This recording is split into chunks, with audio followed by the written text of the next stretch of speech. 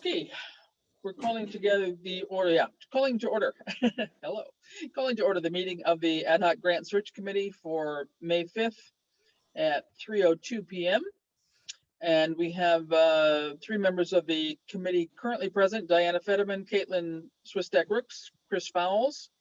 And we have, among various guests, we're going to start with one that has asked to join in on open time for the public. So this meeting is called to order, and we are still on Zoom given the governor's rules and regulations and being still too chilly to sit out at Conant Park as far as I'm concerned, having done that the last couple of Fridays and not enjoyed the weather whatsoever. So we do have in our schedule a pretty busy schedule today, but let's go into open time for the public.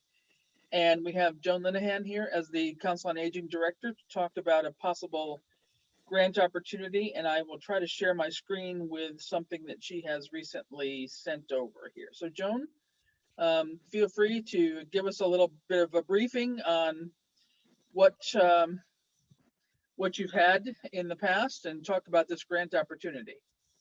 So Highland Valley Area on Aging is our federal umbrella.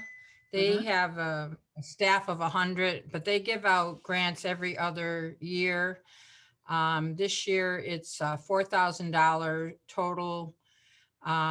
We have received one grant for them last September for COVID. We were able to receive $3,400, but the year before we tried an outreach worker for $5,000 and were denied.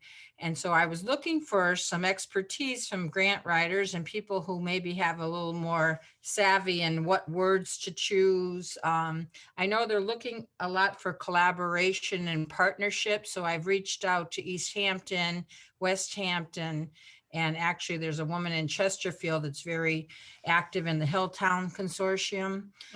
So to give us some ideas of how to utilize the, the grant. The key things that they're looking for are the family caregiver services, transportation services, in-home support, services to reduce isolation, services to promote evidence-based training, and services to support low-income seniors, minority population, and/or seniors residing in rural communities. So there's a lot of areas we could address. I am open to anything. I mean, like outreach is what we felt. Originally, we thought, we would do an assessment survey, pay somebody to do that, and maybe get some more hours in the COA office for outreach. But I'm not sure. Again, they're looking for that collaboration piece. So, I mean, transportation, we would love to expand our transportation. We only have one van. I'm not sure how to do that. We talked about renovating a police car or something, or some other vehicle that was passed down in town, but we can't afford to buy a second vehicle. We might be able to maybe get a donation from a bank, which Easthampton Savings Bank has been very generous to other communities for transportation. So that might be a piece of it, but then we might ask for mileage and etc. So it might be complicated. The only thing is we're down to 1 month. So it has to be submitted by May 31st. I apologize for not coming to you sooner. I didn't even think of you fine folks. But if, like I said, I am open to just about anything at this point, but $4,000 is what the limit of what we have to spend. Okay. And this, I'm just looking at the form. I'm going to get into something else in a minute because I just received this from you. So this is the actual application form that would have to be done online, I gather. Yes. So a lot of these and here are, yeah, go ahead. The other part of it, Janet sent you as part of the her email, and it just explains. Yeah. I think it looks like this, and I could share that if you needed to, but. No, that's okay. I think we've got that. I was just looking at here. Most of this is not terribly lengthy by the looks. I mean, this one here on the summary of the proposal 2,000 characters. So that's probably your longest little bit of narrative here. Most of the other stuff is a bit less. Some of them are like 200 or 400 characters. So it's not a terribly lengthy application if it's just these 2 pages. Do you have the, let me stop sharing that and look at something else, that if I can do that, if I didn't lose it. Yeah. Hi, Janet, welcome. Janet Kane, Chair of the Council on Aging Board, has joined us. Thanks for entertaining us today. Yeah, no Appreciate problem. it. No problem. I was trying to find more information about what grants have been previously awarded, like what, because you said that you were denied the grant money previously, and I couldn't, unfortunately, I didn't have time to look that long before this meeting, but maybe it would be worth looking at some other local communities and what grants were awarded. So I have a list. They gave out 14 grants, and that was 2 years ago on the cycle. And Amherst Senior Center, Chesterfield, Community Legal, Easthampton Council on Aging, the Hill Towns, UMass Amherst, Office of Family Resources, United ARC, Williamsburg Senior Center. So I could check with Southwick and see what their grant entails. I just wonder if it's publicly spent money, don't they have to say what the grant money is being spent on, or what grants were awarded? Yeah, I mean, I'm sure we can find it. I'm sorry for giving you such a brief notice. No, I'm sure on their website they must have something like that. I'm just trying to see if I can bring up one more document here. Sorry, guys. Yeah, I haven't seen that published on their website before, but it may be deep somewhere. Yeah, you would think things would be more accessible, but they also are a private organization. Even though they receive federal and state funding, they always claim disclaimers that they're private group. Right. This is, okay, here we go. So this is what I pulled off, I guess what you had sent originally. I don't know if you guys can see this. Let me get better here. There was kind of the RFP per se, and it was a little hard to read, but this was the kind of description. And I think we're talking the same program, because this is, 10 pages of instructions for a 2-page application form. So I was a little bit confused when I went through it, but it looks like it's the same thing. So Joan, this is a 2-year grant, right? That for $4,000 total. Okay. I think what it said was you would get, if you were awarded $4,000, that you would be awarded $4,000 for each year. Like they gave an example, and they said if you get $4,000 one year, you would get that amount twice. Right. Yeah. Yes. Okay. All right. And there is some, I just went through and I highlighted what I thought were some just key points just for our attention. So sometimes we take a look and just say, okay, what really makes sense? Is this something that is a good match? Is it something that we think we can do that, fits our needs? Sometimes some of these things are not really a good fit, but this does allow for a bit of administration oversight, which is kind of good to have a little bit of oversight, grant management built into the grant itself. These are the priority funding areas, as you mentioned. So if you're still thinking about the outreach coordinator, would this be what, the in-home support services maybe, or services to reduce isolation? Well, reducing isolation, because you're reaching out to see those folks that are under served. Okay. Yeah, okay, probably that one. Okay, that's fine. Just trying to check on this stuff here.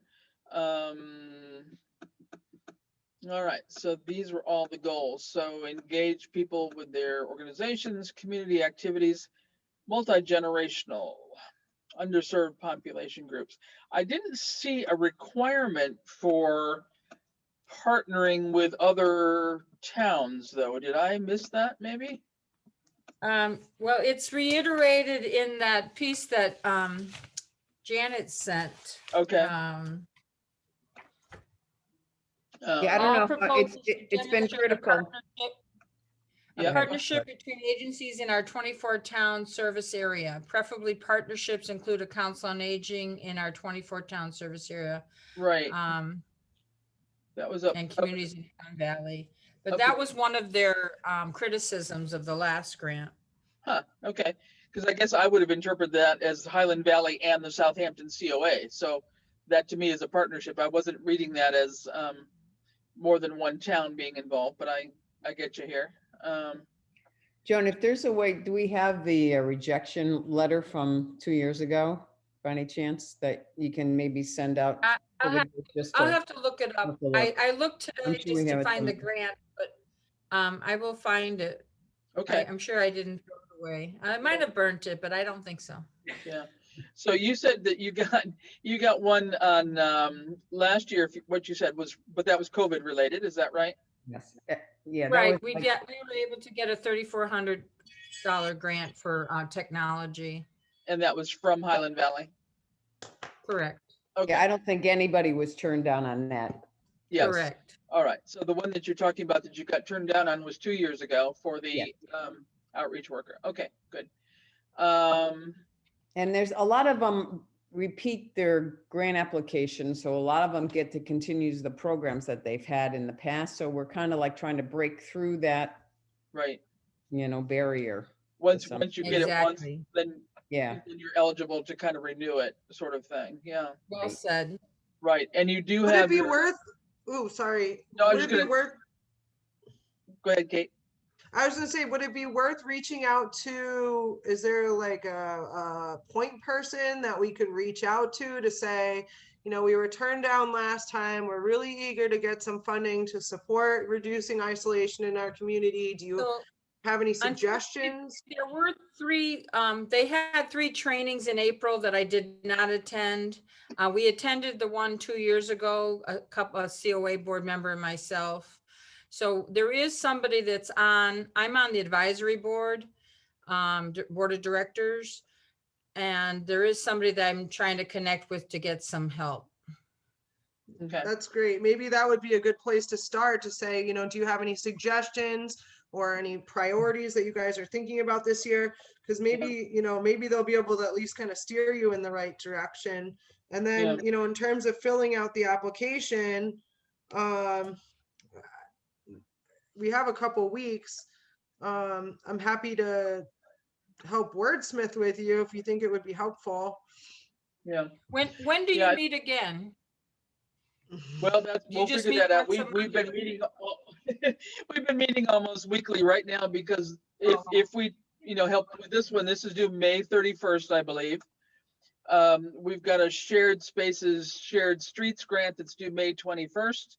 And then the one-stop grant for possibly housing is due June 4th. So we've got 3 backed up right in a row and then nothing until July. So that's what we'd have to say, but I'd say a week from now we would be meeting probably. Well, What if could even we I had do 2 without weeks, you I guys? could What could do a preliminary and get back to you in 2 weeks. Well, that would put it, that would be what, 5 That's the That's the 18th. 19th. So that gives you basically a week to put a grant together, which might be a little tight. But yeah, we can talk about that. I think that if you could reach out and just see what you could get back from this person, that would be helpful. But I just wanted to double check. You do have a formula grant already, right?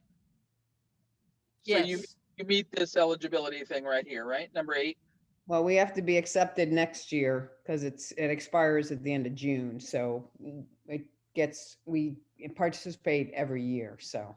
Okay. It's pretty much automatic, especially since COVID and the retirement of one of their workers. So,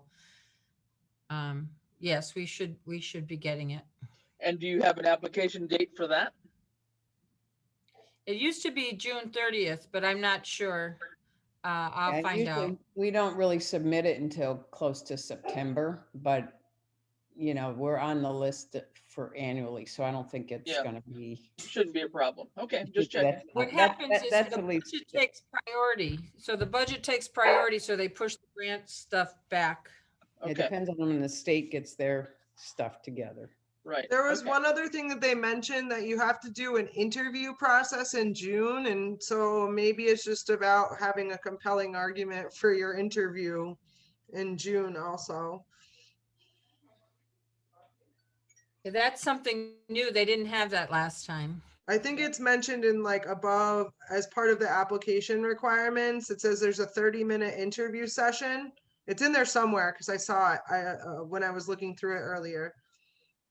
I think it might be beneath that. The grants I apply for, they change the criteria every single year. There's more hoops to jump through. It's like they almost think that they're too easy, so then they make them a little harder every year.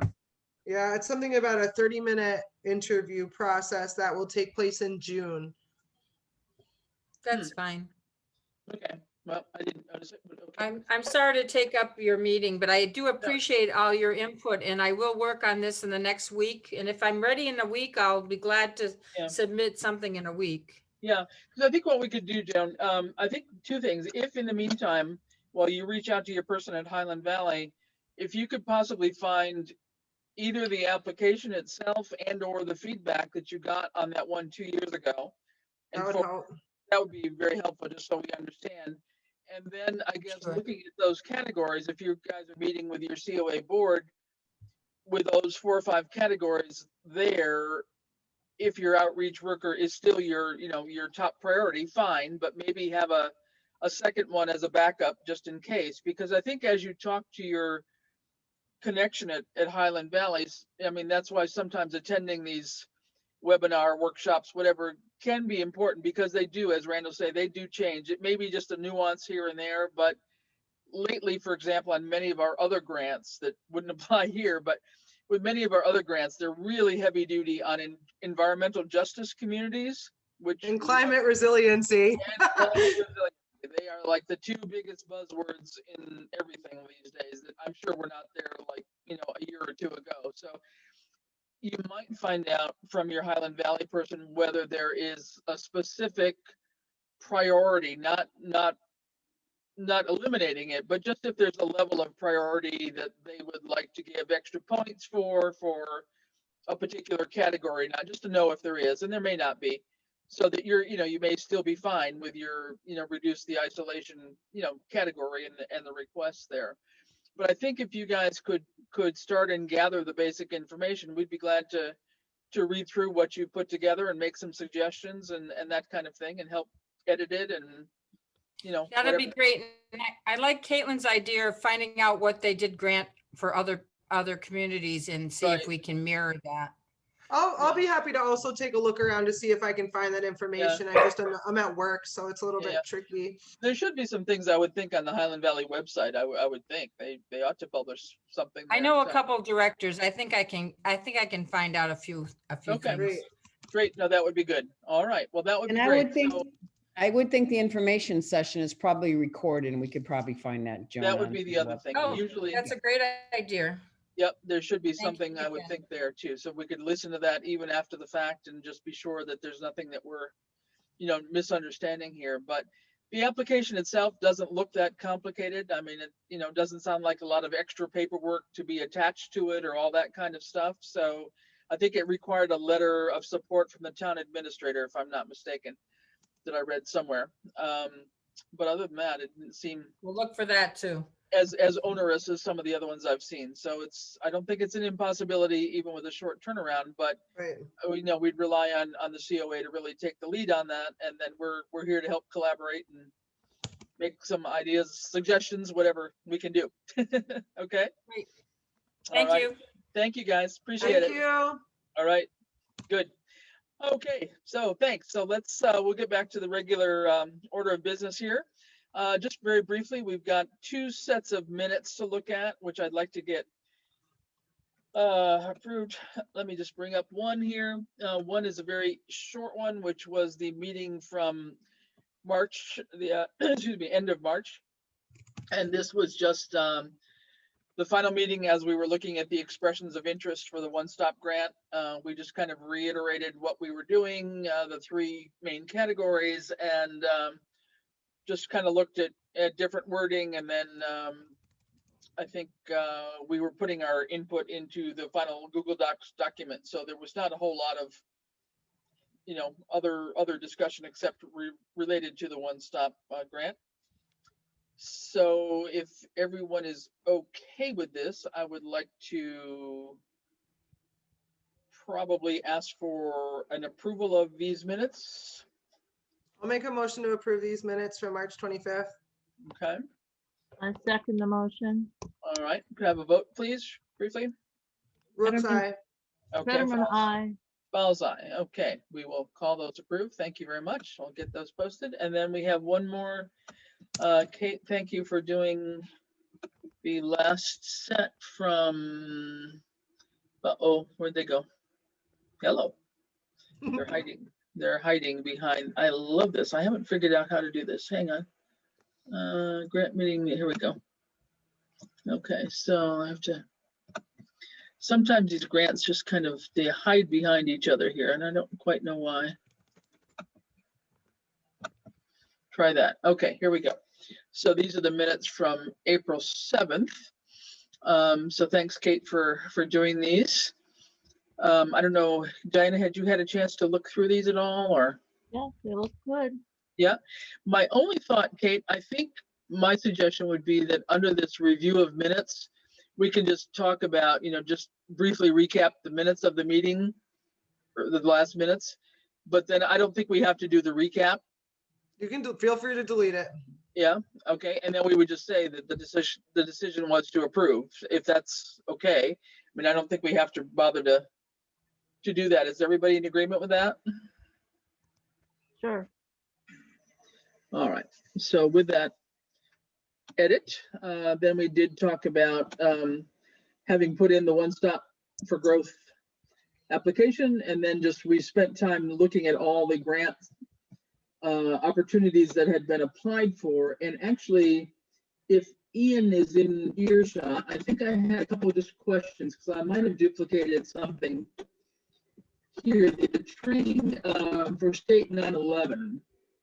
I just wanted to double check with, I think probably Ian, if this is different from something else we had. So That Nope. information that I referenced the spreadsheet for, because I know you were having trouble pulling up the spreadsheet. So right. So That was Ian, granted. That was granted. And is that the same thing though? Down below, just as I look at this, down below we have the law enforcement local grant, the Ed Byrne Memorial. Those are different. Those are different. So this Yes. training grant for 9/11 was awarded. And Then the those are support two and separate incentive grant- grants. Yep, those are two separate grants. And the one down below, the Safe Roads, as well as the Yeah. Law Enforcement Grant Fund through the Edward J. Byrne Memorial Justice. That's a separate grant. Those are all separate. Okay, do we have the Safe Roads one on here? We may not. Safety grant, is that the one? That's Safe Road Roads, safety yes. grant. Yep. Okay, Yep, okay. that's correct. Yeah, okay, for the 11,108. Yeah, Yep. I'll put a comma in there. Oops, maybe I can. So then what we should do though would be to move these two training grants, these two state 9/11s down to awarded grants, right? They're all, yes, those are awarded. wow, that's great. Because up here we had the awarding, awaiting outcome, but in reality, those have been awarded. They have Yeah. been awarded. I will update the spreadsheet Alright. also to reflect that. Yeah. So let me just quickly try and move these guys and try not to kill everything, but we'll see if we can do that. That would be too much to ask for, of course. Let me come here. I got a grant one time too. Thanks for making us look bad, Ian.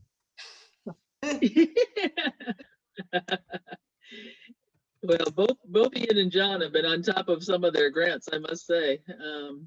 We're I'm gonna awaiting, stick it down right in. and we're awaiting one more. Uh-huh. Okay, let me just put this one in for a second. Okay, those are in there now. Great. Okay, that's good. All right, so we'll get to that one in a second, Ian, but since this is part of the minutes of that previous meeting, is this basically everybody okay with these edits? And we will call them approved if so, or take a motion to approve them. I'll make a motion to approve the This, minutes if everything looks okay. I apologize for incorrectly reflecting the grants that were approved. And I just updated them on the spreadsheet, so we have that information. Yep, I think we might not have had that information. I think we were not sure if they were a duplicate as we wrote them, so. Good, all right, and then I think that was it. Okay, so we have a motion on the floor to approve these minutes. Diana, would you second? Second. All right, and then call for vote, please. Oh, Brooks, aye. Fetterman, aye. Okay, and Fowles, aye. Okay, great. We will call these approved. Thank you very much. All right. Okay, moving on. Let's see. Where do we want to begin? Let's go with the one stop first. Okay.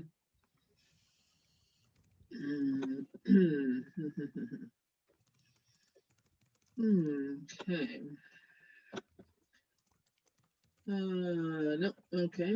I stopped sharing that one. Just go away. Come on. Wait, it doesn't want to share. So the one-stop grant, just as a reminder, this one is due up in, the applications are actually open now to put in the application anytime during the month of May. And I believe the deadline is June 4th, which is a Friday. So we have to kind of decide whether we're going to move on the feedback that we were given related to housing number one, and then see if we have any other thoughts or information. I think there were some follow-up ideas that Randall, you were going to follow up on a couple things with Westfield just for information's sake, and then Ian, you had a couple of follow-ups. So if you have anything to report on those, maybe we could do that first.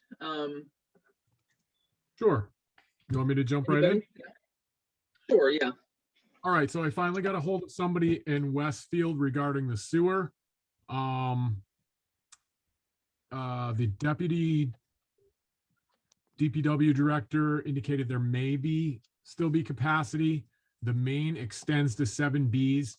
I asked him if he knew anybody who had a little more institutional knowledge, but they have just as much turnover as we do. The only person who was around was the town engineer, Mark Crosati. He said that town of Southampton was the one that turned down our agreement last time. Legal notice of the expired arrangement was served. So I'm guessing was served. What was served? Sorry. Legal notice of the expired arrangement. We didn't have money, so nothing's changed there.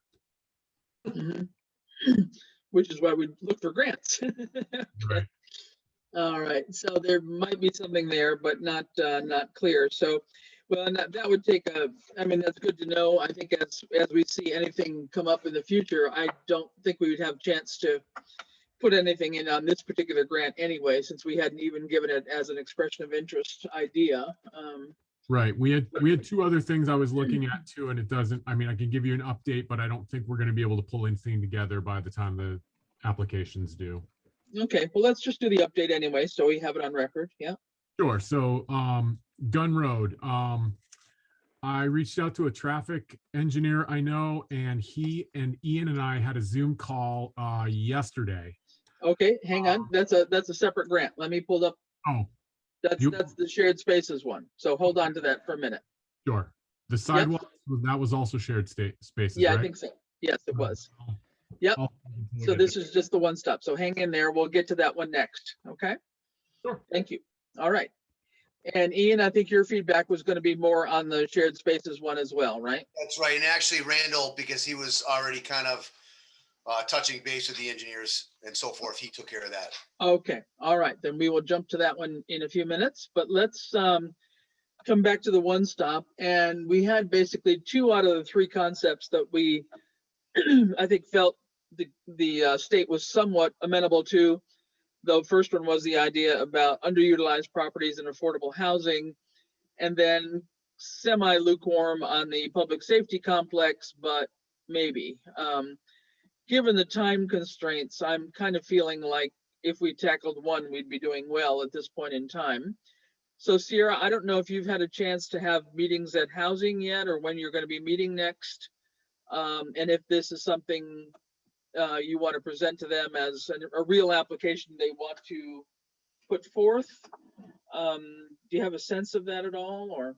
Yes, so we had our meeting on Monday and I presented it to them. I looked through all of the 3 areas that they said the housing one would qualify for, which were site readiness, mass works, and underutilized properties. And unfortunately, we don't think we have, you know, and we don't think we're at the stage to apply for any of those things. Like the mass works and the site readiness ones were all about, you know, sort of like big regionally impactful projects. And the underutilized properties one was for buildings that already exist and are under the town's ownership already.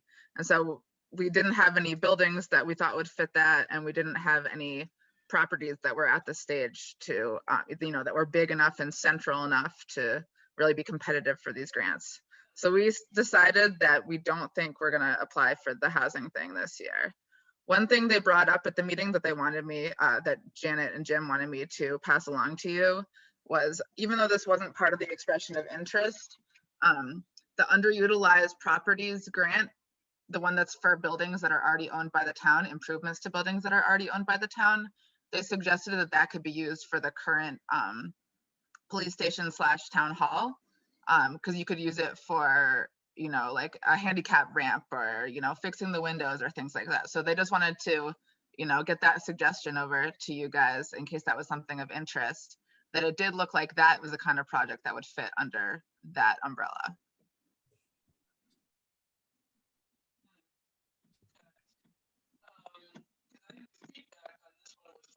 Permitting, wasn't it? It was the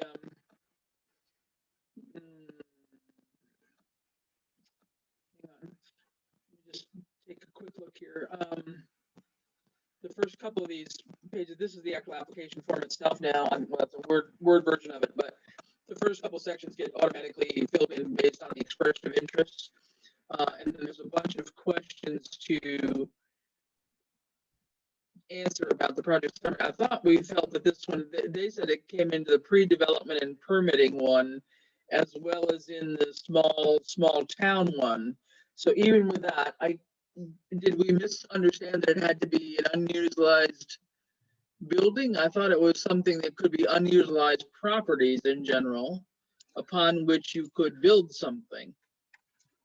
No? Yes, so if you'd like, I can screen share. I took some sort of notes on what the 3 categories are like. I don't know if that's helpful. Yeah. Okay. I mean, I don't want to force you guys into applying. I just want to be sure that we, you know, that we're all on the same wavelength there. So if you feel it's not appropriate time, go ahead. Yeah, I think it doesn't look like I can share because it's disabled. I can't share. I think you just have to make her a co-host. Try now. Try now. All right, let's see. Here we go.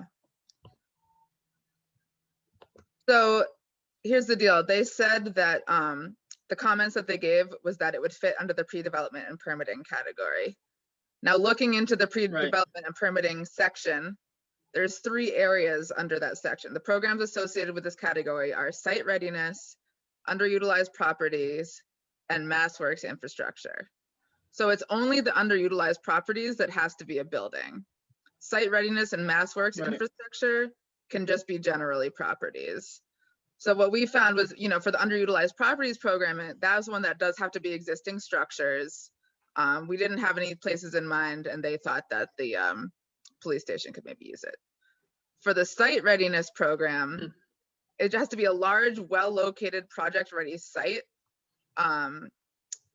And they really want it to be big. It has to be at least 50,000 square feet of developable space, and they want to see regional impact and appropriateness. And not only that, but there's only 10 of these grants being awarded, and they're all for like these big like Main Street projects. So we didn't think that like renovating, creating property on Middle Road, you know, for affordable housing was going to be competitive with others. And then the third section, which is mass works, is kind of similar. They want to see regional impact, and they're specifically into ones that increase road safety and, you know, are involved in infrastructure improvements. So again, it looked like they were looking for like a bigger, more regionally impactful project for the MassWorks thing. Okay. That was basically our thoughts. Yeah. Yeah. No, I know if you remember that development continuum, you know, we were certainly at the very beginning of that, either at the, you know, capacity building or the permitting, you know, box. I think if they had at the beginning of it, we were definitely not into anything that was shovel ready or any of those kinds of things. But Yeah. I guess I'm a little surprised that they gave us that feedback then with some encouragement that doesn't really apply to what we were trying to do. Maybe we were not very clear somewhere. Anyway. Yeah, and maybe we just, Okay. you know, we said we had all these empty properties. We didn't say much about the properties. Most of the ones we actually have are pretty small, and Yeah. it just didn't seem like they were going to be competitive for this. Okay. Huh. All right. Well. Okay. Well, sorry about that. I guess that's probably, you know, a wise decision then, if that's what the housing authority would like to do. So that's fine. We do think that you it know, is really helpful information for next year, though, and because this is an annual thing, Yeah. we're thinking that maybe now that we know like what direction they're looking for, we can sort of work Mhm. towards, you know, maybe acquiring some more property and sort of getting Mhm. these things. At least we know they're interested now, so we don't feel like it was a Sure. waste of time. Good. Okay. And maybe with the DLTA grant you've got from Pioneer Valley, that, you know, some of that work will lead into some other avenue that would even strengthen the proposal. And you know, you are right. I mean, timing is everything, and sometimes, you know, you just are a little bit premature in terms of being fully ready and therefore competitive, especially when we're up against some of the more experienced communities. Although the small town grant, I guess I had hoped for that we could Yeah. sneak in there somehow, but in some ways that might be even tighter competition because there might not be that many of us too. So I mean, or not as much money to go around. But okay, so thank you for that. We appreciate that input. I think we definitely did not feel that we had anything in the third concept, which was that mixed use commercial zoning one, that they were pretty much nixed on. And I don't know, Ian and John, I'm not really feeling like we've got enough to talk about in terms of the public safety complex to try and put in a full application. I don't know. I don't either. I'm still waiting on Yeah. you know, Yeah. Mom and Keystone to get back to me. I'll reach Right. out to them again early next week to see if Yeah, no, that's good.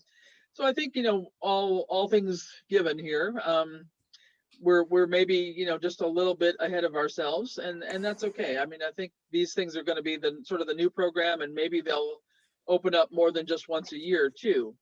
So we don't know. I mean, this current deadline is June 4th, but there's definitely a few hoops to go through to try and meet all that information. So I guess at this point, do we agree that Kate and Diana, we would agree that we're not going to move on the one-stop grant program this time? Yeah, well, I don't think we should, you know, override the housing authority or. Right. No, I mean, they've got to be the leaders in putting in the majority of the information. I mean, we're just trying to help facilitate some of that. So, but you know, like you say, I think there's some good background information. So that's good. So I don't know that we really need to vote on it. Just that we will agree with the housing authority's opinion on that. If everybody's okay. Kate, your general agreement? Yeah. Okay. All right. Well, thanks, Sierra. I appreciate all that input, and you know, whatever we can do in the future, if you run across something else, let us know, and we'll be here as far as I know. Thank And if you you. want to join us someday, let us know. I just might. You're more than welcome. All right, you guys have a good day. All right. Thanks a lot. Yeah. Okay. All right. So moving on to the next agenda item then is the shared streets, shared spaces grant. So that's where we were starting to talk. And this is the one, now that we've taken two of our deadlines off the map, maybe, well, not two, we've taken one off, the June 4th one. So should there be something from the Council on Aging, that's May 31, I believe. And this one I think is May 21st. let me see if I can find that one, of course. Yeah, right here. Okay, let me just pull it up. So, starting back again with Randall and some of the updates you were starting to give us on this one. So go ahead. So, the school safety one, Gun Road. Oh, thank you. You and I had talked about changing to maybe looking at changing to a one-way. Yeah. We spoke with traffic engineer. He suggested a traffic study first to create a case for the change and then hold a public hearing. Yeah. But in talking to them, Ian was involved in this too. I just didn't get the impression that they loved the idea of going to one-way traffic. We thought it was gonna solve a couple problems. There's a parking problem at the school. There's a safety problem with people lining up on Pomeroy Meadow Road. And we have also had complaints about people speeding on Gun Road extension. Right. And Ian also has concerns about the safety of people pulling out onto Route 10 from Gun Road because you don't have, in our opinion, adequate sight distance southward. Right. You can just fly up Route 10. Yeah, it's hard to see around that corner for sure. So the engineer is going to get back to us, but there were other questions of whether we could make this change or it had to be endorsed by MassDOT. I did call MassDOT as well, and it looks like we would have to get input from them since it intersects with State Highway. And I have the contact information for the engineer I would need to contact over there. But so far, I'm waiting to hear back from the traffic engineer. He's going to look at the old study that was done. I had a study done a couple of years ago about the traffic pattern at the school, and he wanted to review that before looking at it anymore. He said he'd get back to me today, but he has not thus far. All right. So the traffic study that had been done was more what I'm familiar with was a speeding one on Gun Road extension, right? A speed test kind of thing. Oh no. This was that's a third actually. That was just a data gathering. I believe that Ian used some of his radar signs that also record speeds. Okay. Yeah. The one that I'm referencing was done 2 or 3 years ago when the school changed the traffic pattern, but no accommodations were made for how to, or they changed the busing, which then people started lining up on Pomeroy Meadow and it created a traffic hazard. There were a couple recommendations and none of them were implemented. Okay. Could you share that with us and just so we have the same amount of background?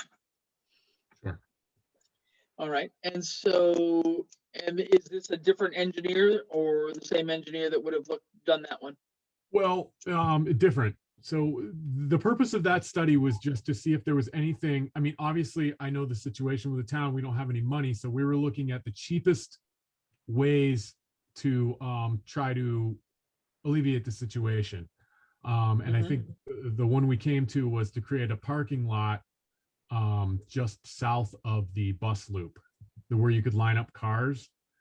But the recent changes to the bus schedule with COVID have exacerbated the problem. So cars, and now it's not just they're lined up to the what's the condo place in between the post office and the school? Pomeroy Meadow, Pomeroy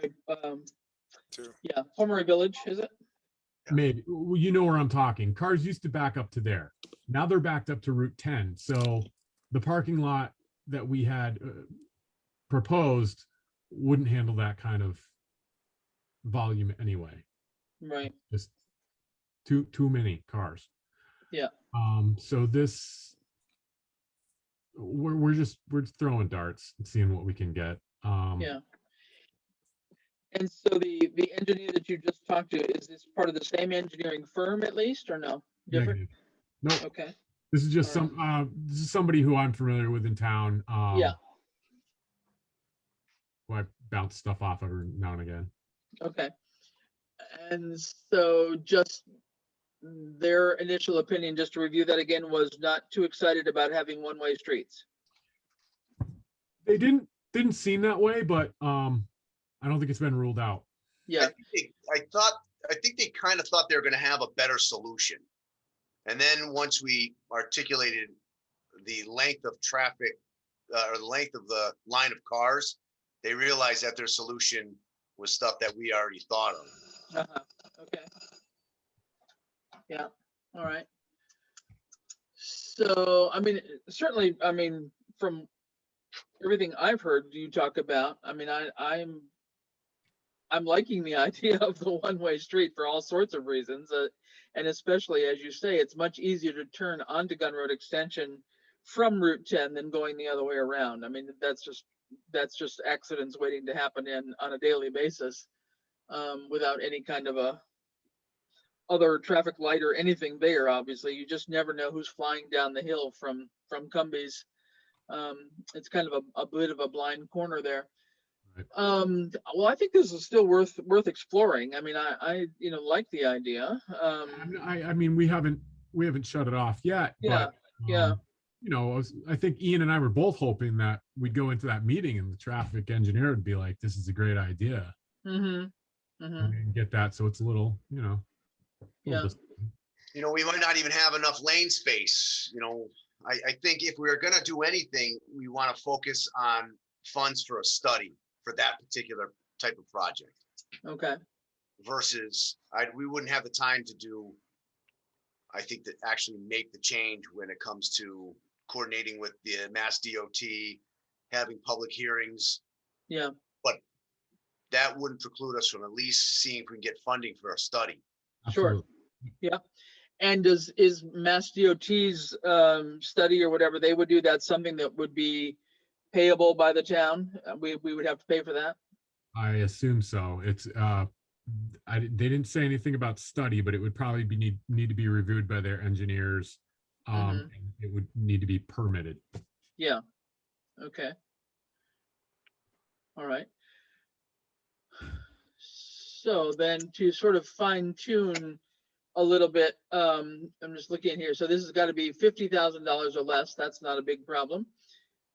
We get extra bonus if we can get it all finished and done by September 7th, but no matter what, it's got to be done by December 31st. So that doesn't look like it's too. Yeah, it won't be. We won't have anything shovel ready. Right, too problematic though. Those dates probably.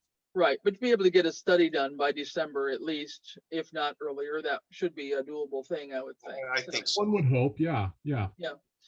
Okay, so then as we sort of prioritize then sort of the goals. So the goals would be, if we can reiterate this, just to make sure I'm understanding, would be to have a traffic study done on the revised traffic pattern, I guess we'd say, right, between Gun Road and the school, or the school let out pattern. Is it, okay, here's a dumb question. It's only a problem in the afternoons, not in the morning, or? Morning as well. Also, okay. And it also becomes a problem, you know, post-COVID when the school has functions, because they're all the way, or even town meeting. Yeah. You know, it would allow for more parking for town meeting. Yeah. Okay. And it's the problem on half days or on noon. Right. Yeah. Okay. All right. So to do some sort of a feasibility study to look at alternative traffic patterns around the school, precisely looking at the idea of making Gun Road Extension a one-way street, and therefore the pickup lane on Gun Road Extension rather than on Pomeroy Meadow. Right. Okay.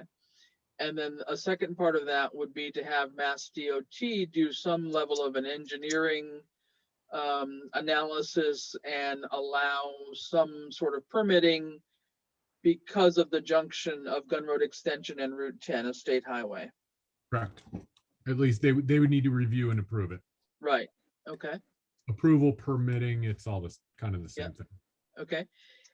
And did I understand, Ian, that we were just talking about, maybe I misunderstood, enough lane space? So we're, you know, I'm sorry if I'm, go ahead. I don't want No, I was just wondering if you thought that maybe Gun Road Extension was not wide enough to have one line of cars parked if somebody was still driving up through there, Well, or, what we want to do is, you know, if we had the ability to have a one lane, reduce it to one lane, also have parking, but then perhaps some sort of lane for bicycles or pedestrians as well, you know, Yeah. whether, I know Randall's used the word sharo before. Right. I don't know if that's like a sidewalk / bike lane or not, but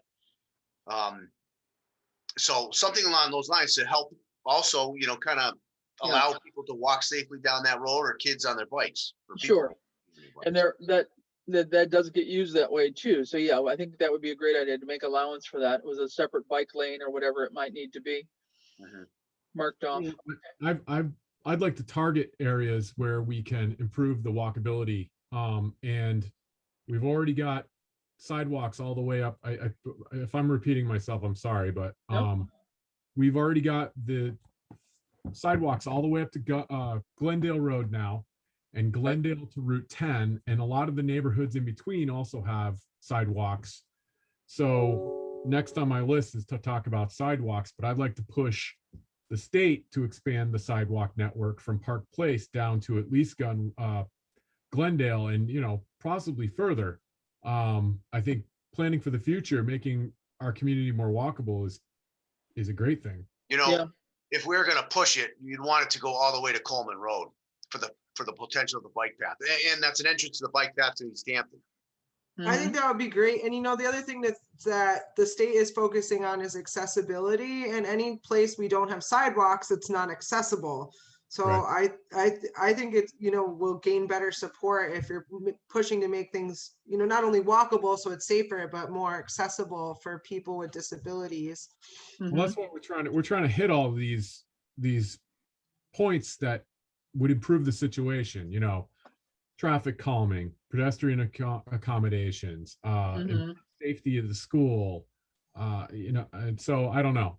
We'll wait to hear back from the traffic engineer. I'll send him a reminder tomorrow if I don't hear anything. Yeah.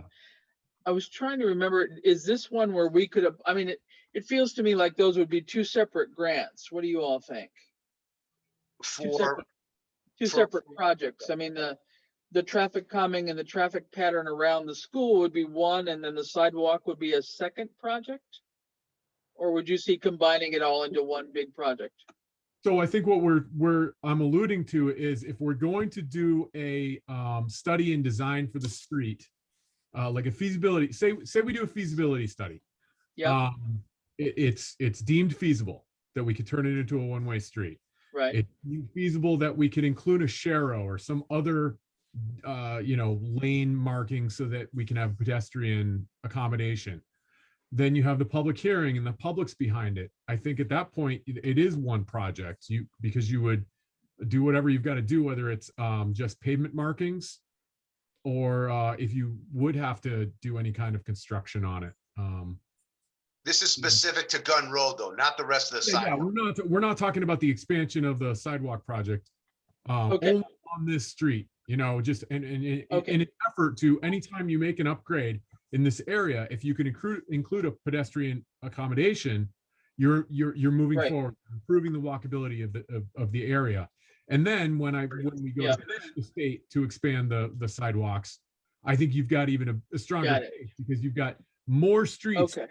but Route 10 in that corridor that we could connect. Hey, gang, Yeah. I hate to Okay, now that's interject what I here. wanted to be clear. Yeah. Hey, John. Go ahead. Yeah, I apologize. It's a great project that you're on. I've got a 4 o'clock that I've got to prepare for, so I'm going to have to head out.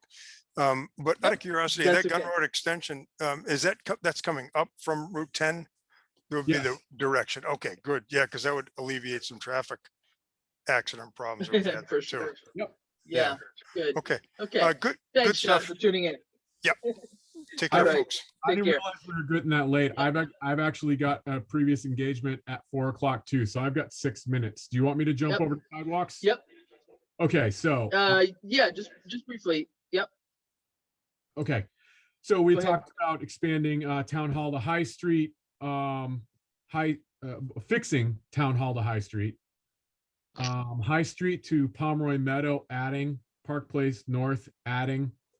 I spoke to District 2, MassDOT. They said typically the town is responsible for maintenance of sidewalks, which is new to me. Unless there is a project adjacent to the sidewalk, then sometimes it gets folded into the project. But he said this has been changing because I guess towns don't have money to fix these sidewalks. Ken will look into this section and get back to me. The town can apply for a permit for sidewalk implement, design and construction. And I've got the permit engineer's contact. Okay, all right. So that would be a separate thing though from the Gun Road thing. And that would be maybe that would be something that we could find some grant money for if we needed to though. Or is this DOT money? I mean, you're saying that they think the town is responsible. Yeah, and it sounds like they wouldn't be opposed to the town doing it. If we could find money. Well, I mean, yeah. So for the kind town, of a loosey-goosey conversation where I couldn't nail him down to a strict answer. okay. So just to say though, if the town were to do something like that, like improving the sidewalk from Town Hall up to High Street, or High Street up to up to High Street, and then over to Palmer Meadow and so forth, then that would have to be money that would have to be grant money, and there's no way that the town has any floating money at the moment to do that, so that would have to be a grant. But that could be a second kind of opportunity. Yeah, maybe part of our master plan here for sidewalks and exactly. Yeah. I'm just back on this before Randall has to leave. Just quickly on the notion on the Gun Road extension, you mentioned briefly a sidewalk from Park Place down to Gun Road extension. Would you consider maybe that could be part of this whole loop, if you will, just that piece of the sidewalk to tie into Gun Road extension so that you've got that walkability from, coming down the hill from Cumbies, et cetera? Or is that just too small a piece for them to even think about doing? I'm not sure. Yeah. I was just thinking that would make that totally walkable. There are people that come down that hill, and I hold my breath every time I see them because it's a little bit dangerous there without a sidewalk. You've got the sidewalk as far as Park Place, but then there's that no man's land right there. And if it could tie into Gun Road extension, that might be an idea too. So if you're talking to the folks again, maybe throw out that piece and just see what they think about that. Also, Chris, that might be something that, the select board might even want to start appealing to the state reps for money. About this, because we do need those safe pathways for people to walk. And I think that, that might be a greater push by having some state reps. For sure. No, and when we did the Mass Trails grant, we had both Velas and Sabadosa write letters of support. So they're more than willing to be on our side, I think, on these kinds of things. Is there another Safe Streets grant coming up, Ian, that you know of, or is there another? Well, it hasn't been one. I haven't been notified. I usually get notifications of these through the Chiefs Association. I have, this is the most recent one. As far as safe roads, my previous grant that I had that we were discussing earlier, no, that they're not yet. Okay, all right. Those safe roads usually, Chris, are about traffic enforcement specific to distracted driving, drunk driving, click it or ticket campaigns. Not road construction projects. We did get some equipment out of it. I got a speed sign that I'm still trying to put up. Wages equipment are often a lot simpler and cheaper than construction. I saw that. I'm looking at mass transit, and I recall another grant opportunity. Maybe it was awarded before we really got going as part of the grant committee, but there's a shared winter streets and spaces program. There might be other grant opportunities that we could use.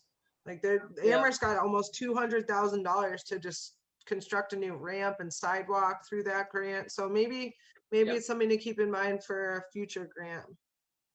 Right. No, I think we'll keep an eye on those kinds of things. But That's fine. I think this gets us some good ideas. So why don't, given that you all have to leave and we should not make this a long meeting as well, could we aim to get back together a week from now, and just see if we've got any updates and if we're ready to put some pen to paper on anything? Sure. Okay. Yep. Does this time frame work good at 3? Well, I made it later because I had a meeting earlier, but we could go back to the 1:30 time frame if that works better for people. Either one works good for me. Yeah. How about you, Kate? I know either one is complicated for you, I'm sure, right? Or Diana? Yeah, Either I one. don't think I'm that Put it on my pivotal. calendar. I have an appointment Yeah. at 12:30 next Wednesday, but you know, Yeah. Well, why don't we try for 2:30 or 3? I mean, what do you think? okay. 2:30. 2:30. All right, let's try 2:30 next Wednesday. All right, and we'll work on that. So, Randall and Ian, really appreciate your jumping in on this. I like the idea of this. I think it's something we ought to be able to work on, and if we keep it simple and focused and not try to do too much, I think That's a our challenge chances are because probably. I have big better. picture stuff here, and it's like, well, how much do I you- think, I you know, I know. think we're right. Yeah, I think we develop kind of a master plan and we do it in stages. Yeah, yep. Kind of bite off a little bit what we can chew at a time and see. I think You the know, how priority we should be focusing on that feasibility study with Right. years. And maybe have that paid for through the grant. That's where I'm starting to think we should go, but. Right. Now, at some point, I would like to bring in, whether it's Eliza or somebody from the school. So should we ask her to maybe join us next meeting? Just to talk about it, just so she's aware of it. I think it's mean, not that important we're- because she may come up with something, an idea, or at least maybe something contrary to what we picture Yeah. in our head as far as how the kids can get dismissed that may put this to rest. Okay. All right. So I'll include her on the invite next time and just see if she would like to join us for a bit. Okay. Sounds good. All right. Good. Well, if you two have to disappear, that's okay. And then we thank you for coming. And then let's see on my agenda. See you next Thank week. you. Yep. I don't think I had anything else. Did I? Anybody have the agenda handy? Have a nice afternoon, everybody. Yep. Thank Okay. you. Thanks, Ian. You. Oh, the other thing. Yeah. Okay. The park grant and the land grant. So Kate, I know you and I both attended the the same Zoom yesterday that turned out to be a shared parks and land grant explanation. Subtle nuances of difference between the two, but both fairly complicated in terms of all the information that they request. And Diana, I know you went through this on the land grant last Right. time. I went to an in-person workshop a couple of years ago. and Yeah. Kate, you took phenomenal notes, Yes, and it was. I'm impressed. I was like, Yeah, I thought she totally was. impressed. I was trying to figure out how you screenshot everything, and she was saying, "No, I typed notes." It's like, my God, I can't even think that fast, let alone type while somebody's sharing their screen. So It's easier for me just to like type. Yeah. So the one thing I will say is we had thrown around ideas about purchasing the land next to the park, so Uh-huh. it could be used as park land, yeah, which they said during that meeting that you cannot convert property that is used as open space into a park. So I thought that, I don't know if you heard that differently, but they seem pretty clear that you can't like purchase open space under the land grant and convert it into a park. Yeah, but it's not technically open space. It's just private land. it's just private land. It's not really an open space land. I mean, there's nothing on it, but I don't know that that's the same definition of open space. And I Right. think, as we're looking at Conan and maybe an expansion there, the only grant that fits is the park. It's not Is the the land park. grant. So I think they were trying to make the distinction that if something had been bought under a land grant, you couldn't convert it to a park Yes, exactly. grant. So we had thought maybe Conan Park could be turned into, or maybe that property around Conan Park could be turned into like a walking area or Sure. an access point for the park. But Right. I don't think that we'd be able to do that. But I did think that, we're going to go to the park committee meeting tomorrow. And I do think that there might be value in trying to apply for Conan Park. Yeah. But why guess don't you it's think up to the land them. around Conant Park could be the one that's for sale. I don't see why that couldn't be, you know, an acquisition under the. Yeah, I don't see that as anything as a barrier, Kate. I Oh. don't see, I think that is just somebody's private land. It's not designated open space per se. It, you know, open space has a different connotation, I think. Yeah, Right. we couldn't convert Manhan Meadows, the conservation area, into a park because it's already a, you know, Right. conservation district. But Right. something that's private land that's never been, you know, in chapter or anything like that, I don't think it's forbidden. Yeah, I think it's still a doable. I'll go back and look at the notes again, but I don't think it had that same intent, Kate, that you're interpreting. So I think it could be a possibility should the Parks Commission decide that that's something they wanted to look into more in detail. And I know, you know, they had been given a price tag at one point in time, and I have no idea where that is now. And I know Mike Reed and Dan LaValle had done some soil samples to figure out how much is really buildable, how wet it is, etc. So they can probably fill in some blanks on that. But the park, the main thing with that, the way I'm understanding it, because it is open land, we would have to have, I think, a land appraiser give us a value. So independent of what the homeowner wants, right? Yes. There's got to be a qualified land appraiser that has to do that first. And we have to pay for that. And that could be as much as a couple $1,000s, depending on the complexity of the property, which I don't think is terribly complex. And this land appraiser, Diana, that you and I are aware of, Ellen Anderson, who came and spoke to open space outreach meetings lately, talked about, you know, sort of her method of doing these land appraisals. You know, Mhm. I can send that to Kate too. Yeah. Highest and best use, and, you know, financial viability and physical viability. But to do a real comprehensive report as an appraisal, it could be as much as a couple $1,000s, which somebody would have to come up with. Parks does have some money in their budget.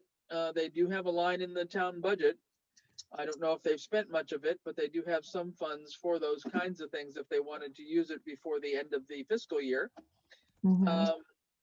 But I think, you know, they've got to be able to articulate whether that is part of their long-term planning to try and expand and get a little bit broader acreage now that that's coming available, and whether they think that's something worthwhile exploring. Because obviously the park grant does allow for land acquisition. It's just that there's several hoops that you've got to go through. So not only the appraiser, but there's got to be the natural heritage, I believe, and the endangered species, or, well, that is, yeah, the endangered species that might be there, which I don't know that there are any, but we've got to have a letter of some sort saying yes or no, and something with the historic commission as Yes. well. Mm-hmm. So there's, you know, there's extra paperwork that has to be done. It's not a simple process. That's all I'm trying to say. Not impossible. It's just more detailed. But we really Well- need to get a sense of what Parks is thinking of doing. Do they want to just simply renovate what they have and make the playground area, you know, across the little stream there, make that a nicer area? Do they, you know, do they have some thoughts in mind that we can help them with? And if not, you know, I don't know that we can just invent something. They've got to tell us what they're thinking about, right? So So I'm clear, and I know we'll both be at the meeting tomorrow. actually, I So- won't, because we have a select board meeting now at 6 o'clock. Okay, no, that's fine. That's why I took very detailed notes, because Yep. I figured, you know, I wanted to, I sent the notes to Mark and I sent them to Yeah. Dan so they could But review just- them ahead of the meeting. Just focus on the park grant, though. Don't confuse them with the land grant, because that's really not what we're talking about at all. So we kind of would have to make a choice, right, between renovating the park or trying to acquire more land to add to the park, right? Well, think- for this year, for this For grant. this year, right? Yeah. Yeah. Yeah, I just wanted to, I had your notes here. I was going to put it up just real quick. I think so. I think the renovation thing, right? So land was so park, acquire recreation land or develop it. Yeah, And to me, it's there is an opportunity right now to acquire that land. And Right, you yeah. know, I heard right. somebody talking about like a water park, you know, for young children. The and splash park, yeah. Splash park, yeah. I mean, I Yep. know is there anyone on parks who has written a grant, or have they ever written a grant? Not that I know of. I'm not aware of that, no. Mhm. I also feel like it's something that we could, work with them on and really just kind of draft something and take a Yeah. stab at it. I feel like it'd be silly to not take a stab at it, especially because that property is available and won't Yeah. be after this year. Right. Well, maybe exactly. that's key if we say, you know, we'll do it. Then maybe they'd be willing, you know? Yeah, I'm sure they'd join in more if we were going to help do more Yeah. of it. But Yeah. I guess I just want to be clear from my point of view that we as a grant committee can't want it more than they do. Of course. You know, Of they course. gotta, it's theirs, and we're just trying to facilitate. So, but it really it's so acquiring land or developing it. Where we fall short all the time, right, is going to be this environmental justice neighborhood. Right. You But know, in remember, town. I did hear 2 years ago or 3 when I went to this workshop, they encouraged people from Western Mass to apply for the park grant. So Yep.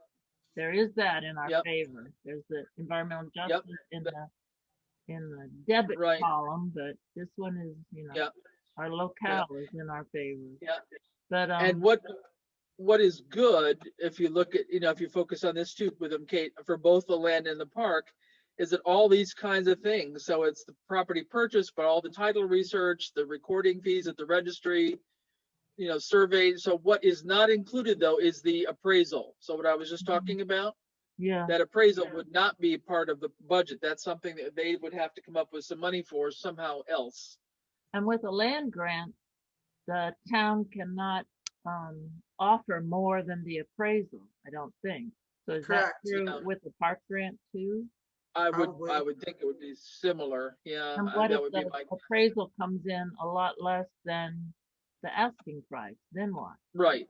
Yeah. So then it would be a matter of whether that land could possibly be divided off, because there is a building lot, I believe, on East Street side. So he could still subdivide even the parcel that's there, Uh-huh. and take however many acres to go with the house lot and still leave maybe a couple of acres, or I don't know, I'm just throwing out numbers, but I believe the whole parcel is like 5.5 acres or something. Mhm. Depending on what they wanted to do, this might be a way for them to kind of get two benefits out of it. Sell it for, a housing property, Yeah. but then have the backside of it that is not really buildable for much of anything, Mhm. be available to expand Conant Park. Okay, so I think Right. those are the kind of the ideas. Mhm. The selection process, they really wanted us to look at all the priorities, and this climate resiliency keeps coming in there again. I actually Um, wondered if it would make sense. So hearing the idea about the splash pad. So it said in the land and park that the first year could be towards property acquisition, blah, blah, blah. Then the second Right. year could actually be used for construction. So I Yep. actually wondered if it would be worth considering they said there's a priority for like cooling areas, which Yep. would align with the climate resilience. So Right. I wondered if it, just saying if we wanted to do something like a splash pad or something like Yep. that, Sure. we could do the first year would be the property acquisition, and then the second year would be the construction, and at least we'd be able to throw in that climate resilience spin It's a there. good possibility. It's a possibility. I think, yeah. And you had been talking, I think, about, making more of like a walking trail per se around the park, whether it's not necessarily a sidewalk. I don't know that we want to tarmac anything, but just to make more of a trail to be able to, have people walk in a route, if you will, rather than across the lawn or whatever. I mean, just Mhm. to have a trail that kind of goes with it, a walking It would improve area. accessibility. It would definitely improve accessibility. We could make it completely flat so that way it could be Mhm. utilized. Right now you can't walk across that property. Yeah. If you need an accessible route, then maybe we could create that. Right, yeah. So there's some And- ideas there. So I think it's worth doing. And then I think there was some other stuff, the other stuff they talked about, the land, water, and conservation thing. I mean, again, this has nothing to do with that. So just don't let them get confused by all the notes, because I think they might just give up. But if they why did would Dan just and focus, why did Dan and Mike do soil samples there? Was that for parks or for Concom? Or? yeah, They wanted to see No, if it's- it was wetlands. yeah, they wanted to see how wet it really was, because that seems to be everybody's quick comment is like, oh, that land isn't worth anything. You can't build on it because it's too wet.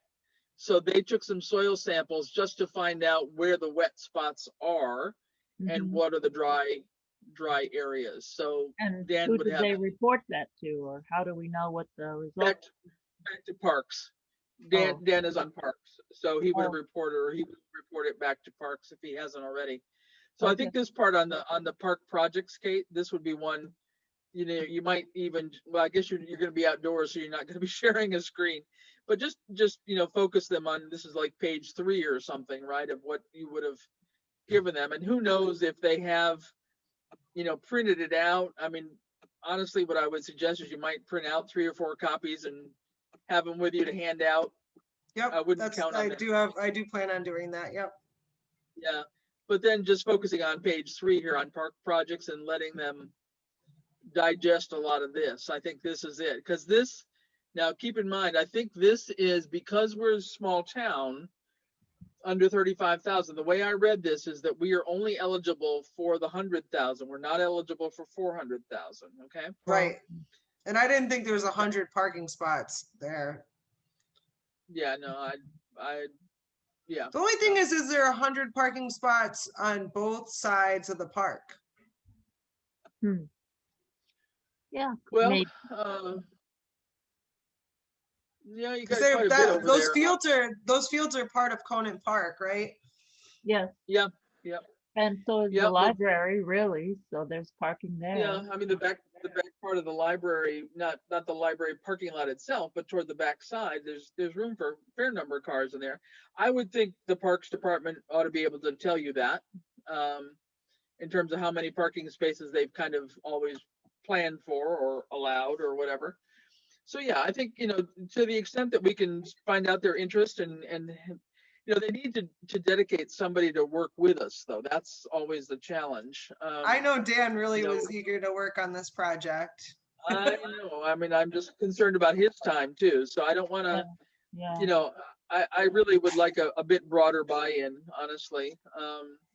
But I think, hopefully they'd have another member or two that would be interested in doing this. But this one is not due until July 14th, is it? I think it was.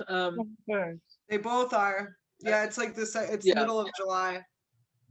Yeah, well, we've got nothing on the land grant. I think we don't even bother to think about the land grant. There's nothing that I'm aware of. Do you know? Cindy's thinking about it for open Oh, space. yeah, that's right. Yes, open space, there was something. Oh, you're right. I'm sorry about that. Yep. And she's, Okay, she's but- talking to Kestrel about it, and Yes, maybe right. they would do it. It's for Yeah, land that's on I Little forgot about Mountain. that. Yeah. Oh, so you guys are Yeah. thinking about a different use for the land grant? Yes.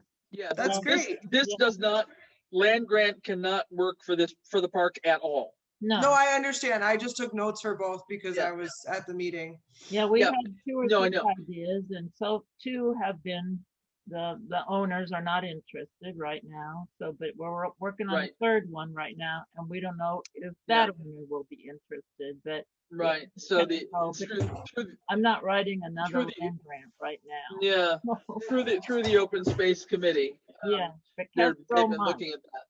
We'd have to pay them, Right. you know. Right, so if there is anything, it would be a land grant through the open space committee. Yeah, But, having both of these due at the same time and the level of detail and information needed is not Yeah. for the faint of heart, no, it's time consuming. for sure. So, okay, so Kate, I think, more than welcome to take it to parks and see how they think about things and, what comes out of it. And the challenge with them is that they only meet like once a month, once every 6 weeks. And I so know. that's got to be something too, where there would have to be a couple of people that would be willing to join in on, you know, whether we kind of continue these sort of group approach sessions, you know, I'm not totally sure, but they need to be able to be involved and commit themselves to doing that. But also time is of the essence, because remember that appraiser said, how are Yep. you going to get somebody to do an appraisal right now? They're all booked. Everybody's book. So that is a stumbling block. So we really need to gauge that interest and then figure out if there was some money available in their budget to be able to pay for an appraisal, and then contact an appraiser to find out if they even had time to do it. The one good thing is that it's a small enough property. It's not complex. It Yeah. shouldn't take that much time. So I'm kind of hoping we could twist an arm to let somebody fit it in their schedule. And But there- that might be optimistic. CPC has been forthcoming with appraisal money every time. CPC has? Yes. Okay, so there you go. So community preservation might be a source for, Oh, good to know. you know, I don't know, couple thousand, just as Yeah. a placeholder. They were going to pay for the appraisal up on Pomeroy Mountain, but Right, and nothing's happening with that. and keep me clear, Diana, that appraisal task could be done out of more the administrative funds for CPC, so it didn't need to go to town Correct. meeting, right? Yes, that was an advantage. You're right. I forgot about Okay, that. Yeah. because otherwise, if it's got to go to town meeting, then we've got to hurry up and put it on a warrant, Yeah. and it's just, you know, it's a nightmare in terms of timing. But if CPC could consider that as something out of their administrative fund for a couple $1,000s for an appraisal, then that would simplify things. But it would be good if Parks could chip in, you know, Right. maybe half, you know, with put in whatever it is. I mean, you know, something toward it, and then CPC supplement the balance. And it might not be that much. That seems a little high. to me. It might be less than that. I think that, you know, I think it probably is. That's just being very generous just to be on the outside, but okay. So Kate, why don't you do that and then see if we can have some information back from them for our next meeting next Wednesday, okay? And then And I might try to show up there too, because they're trying to have a show of force for the pickleball people. yes, yeah. Well, Whether it's pickle or not, they I want you to know. show up. Well, and I'd like to be there, but unfortunately, I've got select board starting at 6, so I think it's a kind of a dead issue. I'm gonna. Yeah, I yeah. had sent Mark some things. I was going to be on the agenda for the pollinator issue, so I think I'm just going to have to send him something in writing and let him talk about it. Oh, I was hoping they could do a little pollinator thing, you know, over at the entrance to Labrie, you know, on the left-hand side, there's always that little pond area. oh, yeah, yeah. And I think they may block it off during the summer intentionally. They kind of leave it during the winter to make a little mini skating rink, I think. But Oh, I don't know. I was wondering if they could just plant some native yeah. flowers around that area. That was going to be my suggestion to them. I don't know whether No, they I'd like to raise one thing before we end by all about means. the one way on Gun Road. Yeah, I feel like the people on Gun Road should know about it sooner rather than later. I mean, yeah, I know you mentioned the public hearing, but I just feel like if it gets to that point and they haven't heard a thing oh about it, yeah. No, there no, could be absolutely. opposition. Yeah, no, absolutely. No, I mean, and I think this would be just, you know, the idea of the study. I think I'd like to, you know, like I say, bring in the school first to just see what they're thinking, if this is Yeah, something there. But yes, definitely a step would have to be to write a letter to all the people on Gun Road Extension and say, hey, folks, by the way, this is what we're thinking thinking about. of. Yeah. Absolutely, and kind of explain the rationale for it. Mhm. So yeah, definitely. Yep, thank you for that. So, Mhm. okay, well, if there's nothing else, thanks. This has been a really productive meeting. I'm kind of sorry in a way to see the one stop go by the wayside, but I'm really, I'm willing to go with whatever housing authority thinks is doable. And you know, like they said, if they can gather information for now and get ready and be in a better position next year, then maybe that's the best bet rather than trying to, you know, just kind of take a stab at things. So. Do we know what the next step for the MVP action grant is? I know that they finalized the spreadsheet for posting, I think on the 28th. But do we have a next step? I don't know that we're the action grant one or if we're the planning grant one. Or planning, MVP planning. Yeah, because that There's a deadline next was, step for that? that deadline was earlier. I know they've had their workshop meetings, but I'm not on that committee, so I don't know what the next step is. Okay, I can try to find out. I just figured, Yeah, grant, so if I haven't been involved in. Yeah, I haven't been involved in the MVP part of it, so I don't know. But we should just double check and let them realize, that there is a deadline coming up if there's anything that they need to do. But again, that's going to be real tight for them too, whoever they are. I'm not There's sure. a lot of people on that committee. Yeah, There's a lot of people involved in the workshops. there were, yeah, and they were just gathered together, for that purpose. So whether there's a standing committee, I don't believe there is. So. So it says that they completed the matrix, and it's not really clear based upon the last emails from them about what the next steps are. Okay. So I guess we'll see. Yeah. Okay.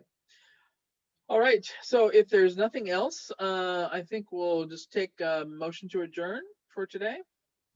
I'll make a motion to adjourn. Okay. Second. All right. All right. Everybody in agreement? Fowles eye. Aye. Better Brooks, aye. All right. Good. Well, thanks everybody. So let's call it adjourned at 4:25, and really appreciate all your input and energy here. So thanks and good luck tomorrow, Kate, at Parks. Great. We'll see you next week. All right. Give them a good sales pitch now. Thank you. Bye-bye. All right. See you next week. All right. Take care, guys. Bye-bye. Bye-bye.